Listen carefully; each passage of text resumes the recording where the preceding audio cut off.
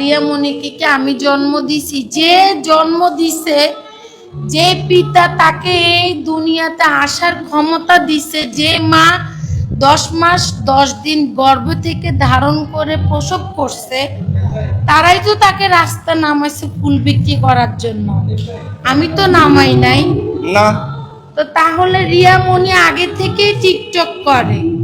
রিয়ামণির ভালোবাসা এমনি লাভ আমি নিজেও দিতে পারি। হ্যাঁ, তো এটা তো আমিও পারি না, কেমনে রিয়ামণি এমনি করে দিয়ে টিকটক করে। পাকনা এগুলি সব সিগনালে বলতেছে পাকনা।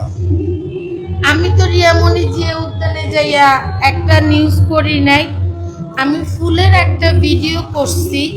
আমি জানতাম সে আগে থেকে টিকটক করে, ফুল করে, তো এটা আমার দোষটা। আমি রিয়ামণিকে দিয়ে ভিউ ব্যবসা করছি। আমি তো ফ্রান্স থেকে যখন আসবো তার আগে আমার 30 লক্ষ ফলোয়ার আপুর দরকার আছে ভিউ ব্যবসার। বাংলাদেশের অধিকাংশ মানুষ তার ফ্যান, গ্রামগঞ্জে তার হ্যাঁ, ফ্যান। আমার 30,000 ফলোয়ার। বাংলাদেশ থেকে বাংলাদেশে আসছি যখন তখন আমার সাবস্ক্রাইবার 6 লাখের উপরে। তা আমি তো রিয়ামণিকে দিয়ে এটা করি নাই। আমি ভাত খেয়ে কষ্ট করে পরিশ্রম করে এই অবস্থানে আসছি। হ্যাঁ, আমি 20 টাকা দিই নাই, যার কারণে আপনারা আমাকে ট্রোল করছেন। তাতে কি হয়েছে, যারা আমাকে চিনতো না তারাও আমাকে চিনছে।